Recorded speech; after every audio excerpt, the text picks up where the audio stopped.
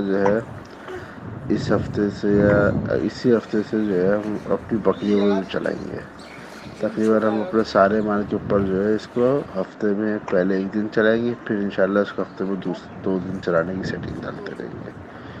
अभी हम हफ्ते में जो है 2 दफ़ा चला रहे थे। ये मसाला जो है 10 ग्राम मसाला फ़ी बकरा, 20 ग्राम सरसों का तेल और 20 ग्राम दही के साथ हम इसको ये चला रहे हैं।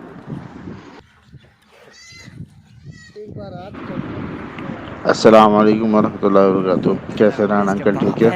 अच्छा राना अंकल, ये बताएं कि बकरियों की डोज क्या रखें? सही ना, अभी तो हम पिला रहे थे बकरों को ना, तो अब हम जो है अपनी बकरियों पर भी आहिस्ता आहिस्ता आना चाह रहे हैं, तो बकरी की डोज का बता दें।